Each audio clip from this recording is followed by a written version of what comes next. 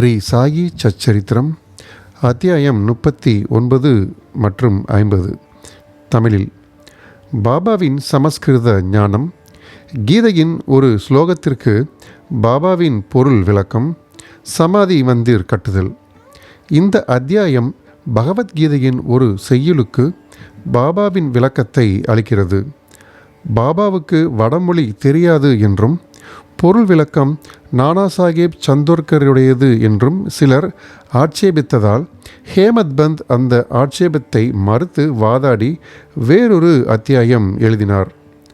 50ஆம் அத்தியாயமும் இதே உட்கிடை பொருளை விவரிப்பதால் அதுவும் இந்த அத்தியாயத்துடன் இணைக்கப்பட்டுள்ளது. முன்னுரை.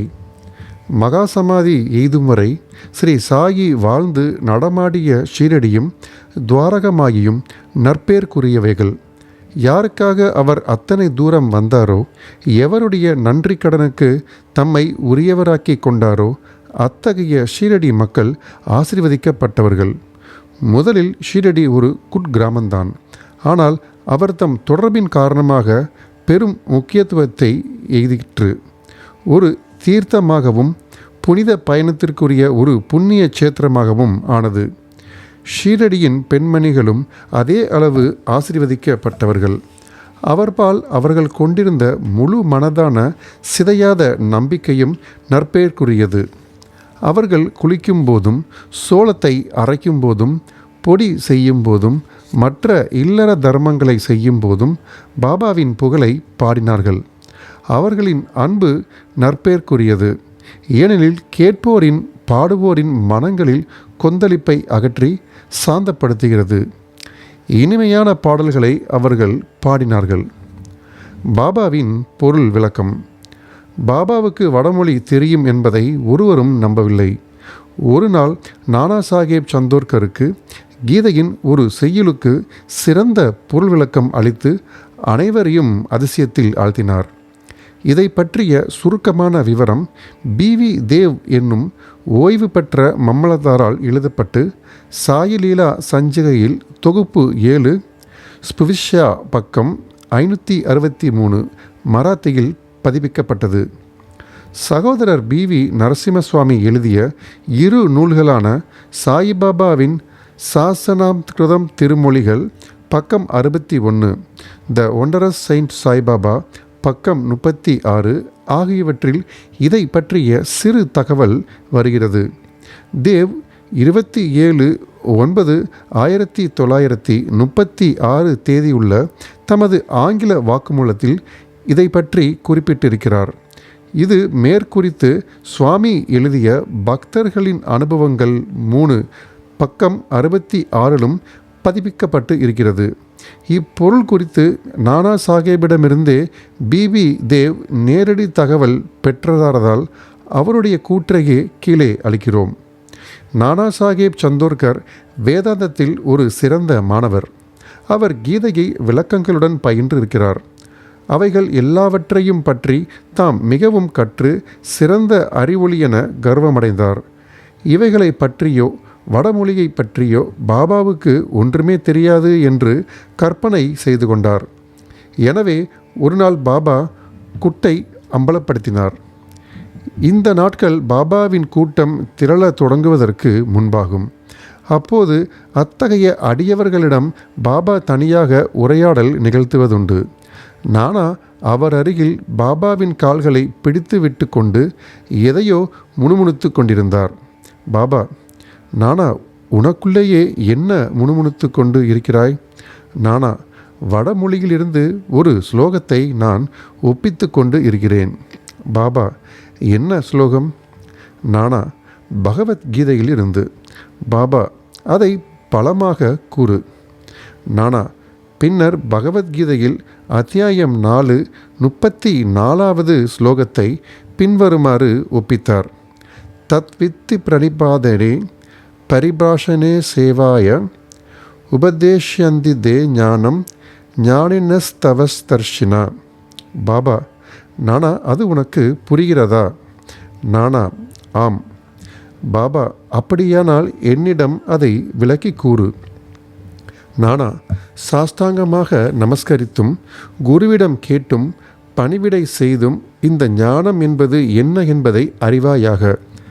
அப்போது உண்மை ஞானத்தின் சத்பொருளை, அதாவது பிரம்மத்தை எய்திய அந்த ஞானிகள் ஞானோபதேசத்தை உனக்கு நல்குவார்கள் என்பது அதன் பொருள். பாபா, செய்யுள் முழுவதற்குமான இத்தகைய திரள் கருத்து எனக்கு தேவையில்லை. ஒவ்வொரு சொல்லுக்கும் அதன் இலக்கண வேகம், பொருள் ஆகியவற்றை எனக்கு சொல். பின்னர் நானா அதை பதம் பதமாக விவரித்தார். பாபா, வெறுமனே சாஷ்டாங்கமாக நமஸ்காரம் செய்தால் மட்டும் போதுமா? நானே பிரணிபாத என்ற சொல்லுக்கு சாஷ்டாங்க நமஸ்காரம் என்னும் பொருள் தவிர வேறு எப்பொருளும் எனக்கு தெரியாது. பாபா, பரிப்ரஷ்னா என்றால் என்ன? நானா கேள்வி கேட்டல். பாபா, பிரஷ்னா என்றால் என்ன பொருள்? நானா அதுவே கேட்டல். பாபா, பரிப்ரஷ்னாவை போல் பிரஷ்னாவும் அதே பொருளை உணர்த்தினால் வியாசர் ஏன் பரி என்னும் அடைமொழியை முன்னால் சேர்த்தார்? வியாசர் பைத்தியமாயிருந்தாரா? நானா, பரிப்ரஷ்னாவுக்கு அதை தவிர வேறு எந்த பொருளும் எனக்கு தெரியாது. பாபா, சேவா, அது எத்தகைய சேவையை குறிக்கிறது? நானா, நாங்கள் எப்போதும் செய்து கொண்டிருக்கும் அதையே தான். பாபா, அத்தகைய சேவை செய்தால் போதுமா?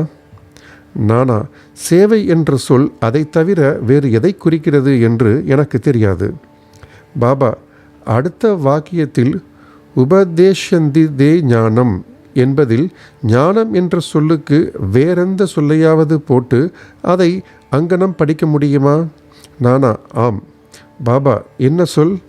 நானா, அஞ்ஞானம்.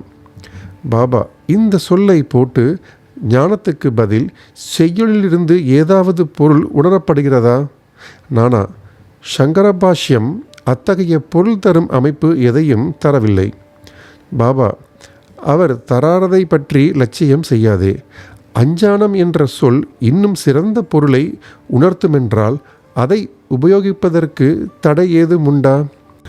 நானா, அஞ்ஞானம் என்பது அதில் வைத்து பொருளை உணர்வது எவ்வாறு என்பது எனக்கு விளங்கவில்லை. பாபா, கிருஷ்ணர் அர்ஜுனனை ஞானிகளையும் தத்துவ தரிசிகளையும் நாடி அவர்களை சாஷ்டாங்கமாக நமஸ்கரித்து தத்துவ விசாரணையையும் சேவையையும் செய்யுமாறு ஏன் சொல்கிறார்? கிருஷ்ணர் தாமே ஒரு தத்துவதரசியும் உண்மையில் ஞான ரூபமுமே அல்லவா? நானே, ஆம். அங்கனமேயானால் அவர் அர்ஜுனிடம் ஞானிகளை அணுகுமாறு ஏன் குறிப்பிட்டார் என்பது எனக்கு புரியவில்லை. பாபா, இதை நீ புரிந்து கொள்ளவில்லையா? நானா, செருக்கு குலைவுற்றார். கர்வம் அளிக்கப்பட்டது. பின்னர் பாபா விவரிக்க ஆரம்பித்தார். 1. ஞானிகளின் முன்னால் வெறுமனே சாஷ்டாங்கமாக நமஸ்கரிப்பது மட்டும் போதாது. நாம் சத்குருவிடம் சர்வாஸ்வ சரணாகதி அடைய, அதாவது பரிபூரண சமர்ப்பணம் வேண்டும். 2. கேள்வி கேட்டால் மட்டும் போதாது. ஒழுங்கற்ற முறையிலும் குருவை சிக்கலில் மாட்டிவிடும் வகையிலும் கேள்வி கேட்கக்கூடாது. விடைகளில் உள்ள பிழைகளை சுட்டிக்காட்டவோ அல்லது பயனற்ற ஆர்வத்துடன் கேட்கப்படவோ கூடாது.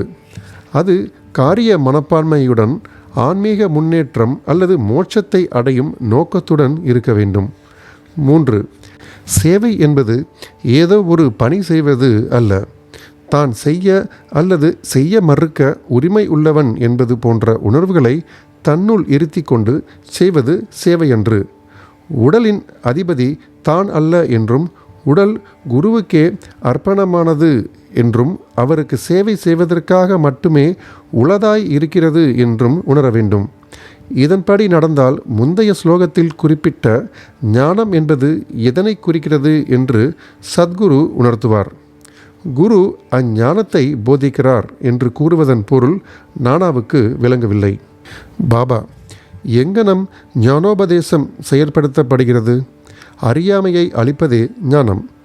கீதை அத்தியாயம் 18 66வது ஸ்லோகத்துக்கு ஞானேஸ்வரியின் விளக்கச் செய்யுள் 1396 கூறப்படுவதாவது: ஓ அர்ஜுனா, அறியாமையை அகற்றுவது இத்தகையது, அதாவது கனவும் தூக்கமும் மறைந்து விடுமானால் நீ உன்னுடையவனே, அது அங்கனமே.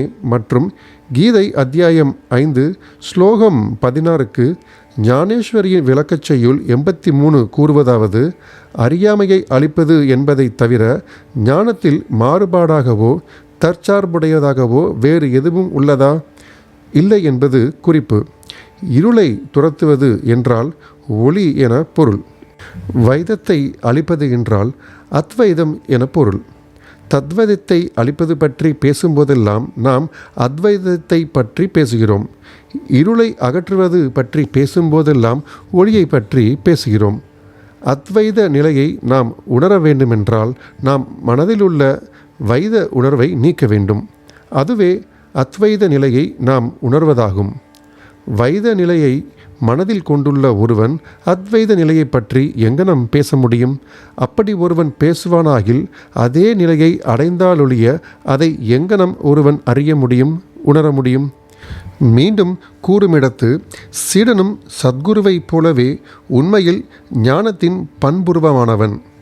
மனப்பான்மை, மேலான உணர்வு, மிகச்சிறந்த அமானுஷ்ய சத்துவநிலை, ஒப்பற்ற செயலாற்றல், ஐஸ்வர்ய யோகம், அதாவது தெய்வீக சக்திகள், இவைகளிலேயே சீடனுக்கும் குருவுக்கும் உள்ள வேறுபாடு நிலவுகிறது.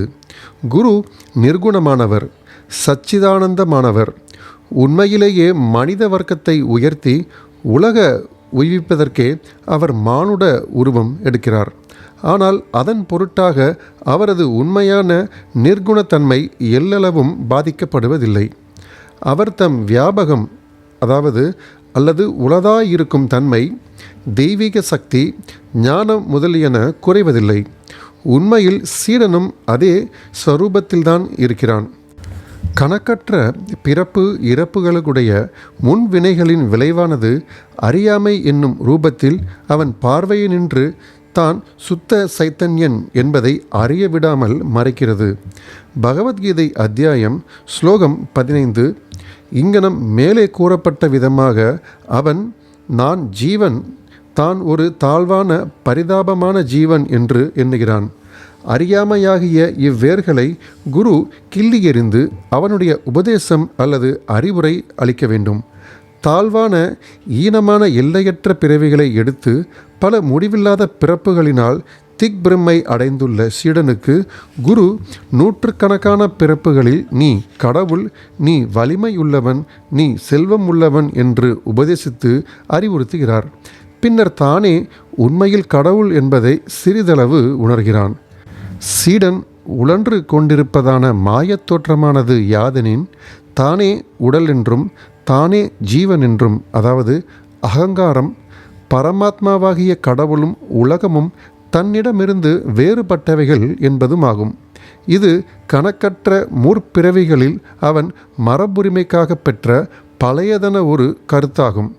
அந்த மாயையின் அடிப்படையிலான செயல்களால் மகிழ்ச்சி, துயரம் இரண்டையும் கலந்து அனுபவிக்கிறான். இம்மாயையை, இப்பிழையை, இந்த அறியாமையின் வேரை அகற்றுவதற்கு அவன் விசாரணை செய்ய துவங்க வேண்டும். எங்கனம் இந்த அறியாமை உண்டாகிறது? அது எங்கு உள்ளது? இதை அவனுக்கு உணர்த்துவதுதான் குரு உபதேசம். அஞ்ஞானம் என்பது கீழ்கண்டவையே: 1. நான் ஒரு ஜீவன், அதாவது ஜந்து. 2. உடம்பே ஆத்மா, அதாவது நானே உடல். 3. கடவுள், உலகம், ஜீவன் இவை எல்லாம் வேறானவை. 4. நான் கடவுள் அல்ல. 5. உடல் ஆத்மா அன்று என்பதை அறியாமல் இருத்தல். 6. கடவுள், உலகம், ஜீவன் இவைகள் எல்லாம் ஒன்று என்பதை அறியாமல் இருத்தல். இப்பிழைகளெல்லாம் அவனது கவனத்திற்கு கொண்டு வரப்பட்டாலன்றி ஜீவன், உலகம், உடம்பு இவைகளெல்லாம் என்ன? அவைகள் ஒன்றுக்கு ஒன்று தொடர்பு உடையவையா? ஒன்றுக்கு ஒன்று மாறுபாடானவையா? அல்லது அனைத்தும் ஒன்றேதானா என்பதை சீடன் அறிந்து கொள்ள முடியாது. இவைகளை அவனுக்கு போதித்து அவனது அறியாமையை அளிப்பதே இந்த ஞானம், அஞ்ஞானம் இவைகளின் போதனைகளாகும். ஞானமூர்த்தியாகிய ஜீவனுக்கு ஏன் இந்த ஞானம் போதிக்கப்பட வேண்டும்? உபதேசம் என்பது அவரது தவறை சுட்டிக்காட்டி அறியாமையை அளிக்கவேயாகும். பாபா தொடர்ந்தார். பிரணிபாத என்பது சரணாகதி. உடலால் உள்ளத்தால் செல்வங்களுடன் சரணாகதி அடைய வேண்டும். ஏன் கிருஷ்ணர் அர்ஜுனனை வேறு ஞானிகளை கேட்கும்படி கூறுகிறார்? நல்ல பக்தன் யாவற்றையும் வாசுதேவன் என கொள்கிறான். பகவத்கீதை அத்தியாயம் 7 ஸ்லோகம் 9. எந்த குருவும் அடியவருக்கு கிருஷ்ணனாகிறார். குரு சீடனை வாசுதேவனாக நினைக்கிறார். இவர்கள் இருவரையும் கிருஷ்ணர் தம்முடைய பிராணனும் ஆத்மனுமாக கொள்கிறார். பகவத்கீதை அத்தியாயம் 7 ஸ்லோகம் 18 ஞானதேவரின் விளக்கம். அத்தகைய பக்தர்களும் குருவும் இருப்பதை கிருஷ்ணர் அறிந்திருப்பதால் அவர்களின் பெருமை உயர்ந்து திகழுதற் பொருட்டாகவும் அனைவருக்கும் அறிதற் பொருட்டாகவும் அர்ஜுனனிடம் அவர்களை பற்றி சொல்கிறார். சமாதி மந்திர் கட்டுதல். தாம் நிறைவேற்றி முடித்தற் பொருட்டாக ஆர்வம் கொண்ட விஷயங்கள் குறித்து பாபா பேசியதோ எவ்விதமான வெற்று ஆர்ப்பரிப்பு செய்ததோ கிடையாது. ஆனால் நிதானமாக நிச்சயமான பலன்கள் கிட்டுமாறு சூழ்நிலைகளையும் சுற்றுப்புறங்களையும் அவர் அவ்வளவு திறமையாக அமைத்தது குறித்து மக்கள் ஆச்சரியப்பட்டனர். இக்கருத்துக்கேற்ற நிகழ்ச்சி சமாதி மந்திரின் கட்டிட வேலையாகும். நாக்பூரைச் சேர்ந்த புகழ்பெற்ற கோடீஸ்வரரான ஸ்ரீமான் பாபு சாஹேப் பூட்டி தனது குடும்பத்துடன் ஷீரடியில் வசித்து வந்தார். அங்கு தனக்கு சொந்தமான கட்டிடம் ஒன்று வேண்டும் என்று அவர் மனதில் எண்ணம் ஒன்று எழுந்தது. இதற்கு சில நாட்களுக்கு பிறகு தீட்சித் வாதாவில் தூங்கிக் கொண்டிருக்கும் போது அவர் ஒரு காட்சி கண்டார். பாபா அவர் கனவில் தோன்றி அவருக்கும் சொந்தமான வாதா ஒன்றை கோவிலுடன் கட்டும்படி பணித்தார். அங்கு தூங்கிக் கொண்டிருந்த ஷாமாவுக்கும் அதே மாதிரி காட்சி தோன்றியது. பாபு சாஹேப் கண் விழித்த போது ஷாமா அழுது கொண்டிருப்பதை பார்த்தார். ஏனென்று அவரை கேட்டால் அவர் பாபா தம் கனவில் தமது அருகில் நெருங்கி வந்து வாதாவை கோவிலுடன் கட்டுக, நான் உங்களுடைய ஆசைகளை பூர்த்தி செய்வேன் என தெளிவாக ஆணையிட்டார். பாபாவின் இனிமையும் அன்பும் பொருந்திய மொழிகளை கேட்டு நான் உணர்ச்சி வசப்பட்டேன். என் தொண்டை அடைத்தது. எனது கண்களில் நீர் பொங்கி வழிந்தது. நான் அழத் தொடங்கிவிட்டேன் என்றார். பாபு சாஹேப் இருவரது கனவும் ஒத்திருந்ததை கண்டு ஆச்சரியப்பட்டார். பணமும் வசதியும் பொருந்திய அவர் அங்கு ஒரு வாதா கட்ட தீர்மானித்தார். மாதவராவுடன் கூடி ஒரு திட்டம் தீட்டினார். காக்கா சாஹேப் தீட்சித்தும் அதை ஆமோதித்தார். பாபாவின் முன்னர் அது சமர்ப்பிக்கப்பட்ட போது அவரும் அதை உடனே அங்கீகரித்தார். பின்னர் கட்டிட வேலை முறைப்படி ஆரம்பமானது. ஷாமாவின் மேற்பார்வையில் கீழ்த்தளம், உக்கிரான அறை, கிணறு முதலியன பூர்த்தியாயின. லெண்டிக்கு போகும்போதும் வரும்போதும் பாபாவும் சில முன்னேற்றங்களுக்கு யோசனை தெரிவித்தார். தொடர்ந்து மேற்படி வேலைகள் பாபு சாஹேப் ஜோக்கிடம் ஒப்படைக்கப்பட்டது. அது நிறைவேற்றி கொண்டிருக்கும் போது திறந்த முற்றம் அல்லது மேடை இருக்க வேண்டும் என்றும் நடுவில் ஸ்ரீ முரளிதரனின் உருவம், அதாவது கண்ணன் குழலுடன் பிரதிஷ்டை செய்யப்பட வேண்டும் என்றும் பாபு சாஹேப் பூட்டிற்கு எண்ணம் உதித்தது. இவ்விஷயத்தை பாபாவிடம் சொல்லி பாபாவுடைய சம்மதத்தை பெறுவதற்கு அவர் ஷாமாவை கேட்டுக்கொண்டார். பாபா வாதாவை கடந்து சென்று கொண்டிருக்கும் போது ஷாமா இதை பற்றி அவரிடம் கேட்டார். ஷாமா கூறியதை கேட்டு பாபா சம்மதித்து கோவிலின் வேலை முடிந்ததும் நான் அங்கு தங்குவேன் என்றார். பின்னர் வாதாவை உற்று பார்த்து மேலும் தொடர்ந்தார். வாதா பூர்த்தியானதும் நாமே அதை உபயோகித்து கொள்ளலாம். நாம் அங்கு வாழ்வோம், நடப்போம், விளையாடுவோம், ஒருவரையொருவர் கட்டியணைத்து மிகவும் மகிழ்ச்சியாக இருப்போம். பின்னர் ஷாமா பாபாவிடம் வாதாவின் மத்திய மண்டபத்துக்கு அஸ்திவாரம் போட இது மங்கள வேலையா என்று கேட்டபோது பாபா சரியென கூறினார். ஷாமா ஒரு தேங்காயை உடைத்து வேலையை ஆரம்பித்தார். உரிய சமயத்தில் வேலை முடிவடைந்து முரளிதரின் சிலை ஒன்றுக்கும் ஆர்டர் கொடுக்கப்பட்டது. ஆனால் அது தயாராகும் முன்னே ஒரு புதிய நிகழ்ச்சி நேரலாயிற்று. பாபா மிகவும் கடுமையான நோயுற்று இயற்கை எய்தும் தருணத்தில் இருந்தார். பாபா இயற்கை எய்தினால் தமது வாதா பாபாவின் திருவடிகளால் புனிதப்படுத்தப்பட இயலாது போகும் என்றும் அவரது பணம் முழுவதும் சுமார் 1,00,000 ரூபாய் வீணாக்கப்பட்டு விட்டது என்றும் பூட்டி நினைத்து மிகவும் வருத்தமும் மனசோர்வும் அடைந்தார். இயற்கை எய்வதற்கு சிறிது தருணத்திற்கு முன் என்னை வாதாவில் வையுங்கள் என்ற பாபாவின் மொழிகள் பாபு சாஹேப்பை மட்டுமல்ல மற்ற எல்லோரையுமே தேற்றின. உரிய தருணத்தில் பாபாவின் புனித மேனி முரளிதருக்காக திட்டமிடப்பட்ட கோவிலின் மேடையில் சமாதியாக்கப்பட்டு பத்திரப்படுத்தப்பட்டது. பாபா தாமே முரளிதரனானார். வாதாவும் சாய்பாபாவின் சமாதி மந்திர் அதாவது கோவில் ஆனது. அவரின் அற்புதமான வாழ்வு ஆழங்காண இயலாதது. பாபு சாஹேப் பூட்டி ஆசிர்வதிக்கப்பட்டவர், அதிர்ஷ்டம் உள்ளவர். அவருடைய வாதாவில் பாபாவின் புனிதமான தூய உடம்பு சயனித்து இருக்கிறது. ஸ்ரீ சாயியை பணிக. அனைவருக்கும் சாந்தி நிலவட்டும்.